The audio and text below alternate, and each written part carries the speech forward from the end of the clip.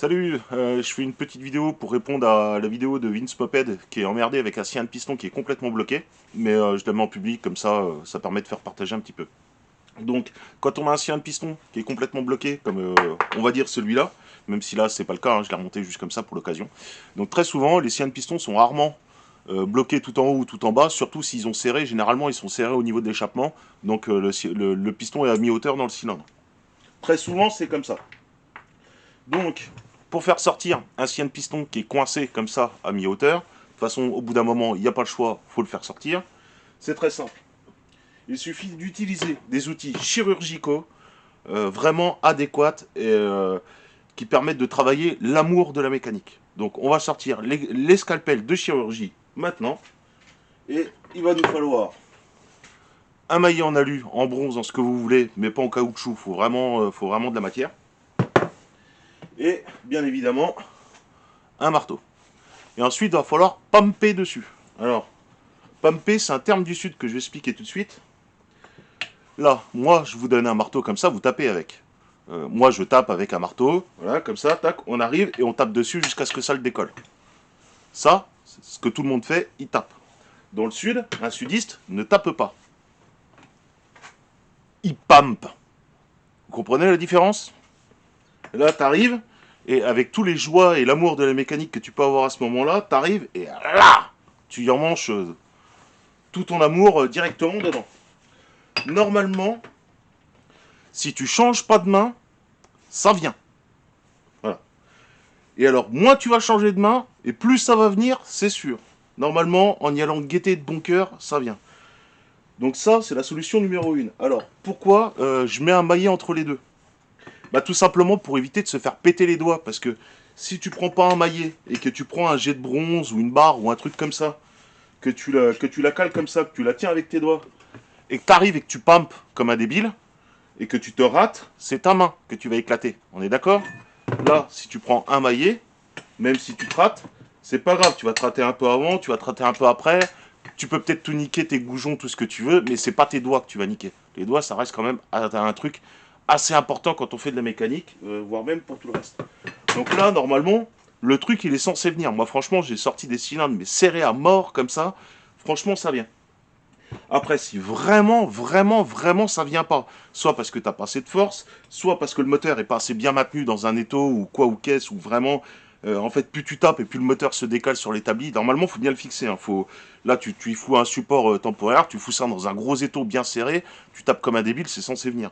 Si vraiment ça veut pas, parce que l'étau a pas assez de force, etc.,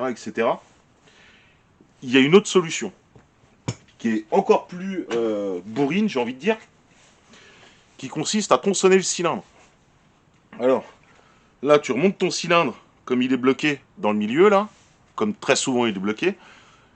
Là, je vais pas prendre la disqueuse pour la caméra parce que ça va prendre trop de place, mais tu viens et faire un gros tronçon, là, comme ça d'un côté, arriver presque jusque sur le piston. Tu vois ce que je veux dire? De l'autre côté, tu refais le même tronçon jusqu'à arriver au piston. Par contre, de l'autre côté, il faut arriver au piston.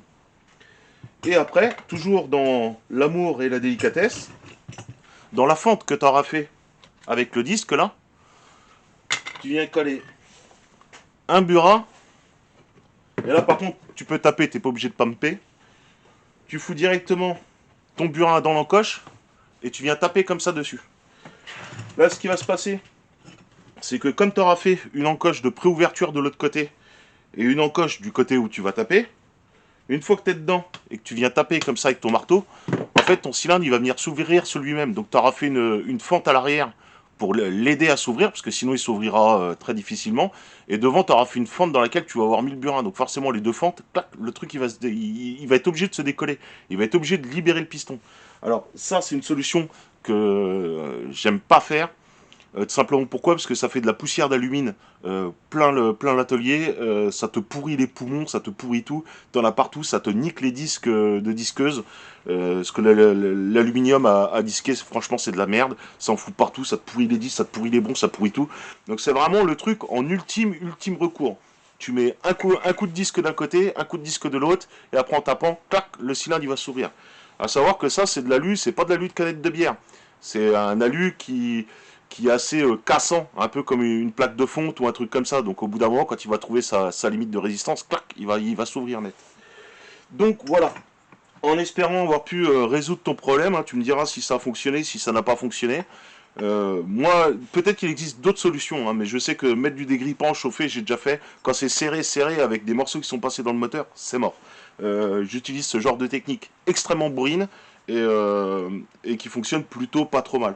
En vrai, le coup du disque et du burin, jusqu'à présent, j'ai jamais eu trop besoin de m'en servir. Généralement, juste en pampant bien, comme ça, comme il faut, avec directement un petit maillet en alu, en bronze, dans ce que tu veux. Normalement, ça vient à tous les coups, même quand c'est extrêmement serré, ça vient.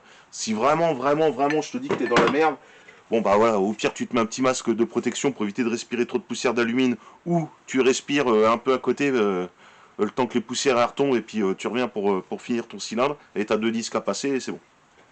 Donc voilà, je t'emmerde pas plus longtemps, je ne vous emmerde pas plus longtemps, et bah voilà, c'est micro, petite astuce. Voilà. Allez, posez-la. Vous en ferez ce que vous voudrez. Peut-être que il y en a d'autres qui font mieux, hein, très certainement, avec des systèmes d'arrache ou des trucs comme ça. Voilà. Moi, c'est ce que je fais parce que c'est très simple, c'est rapide et c'est tout. Allez, salut.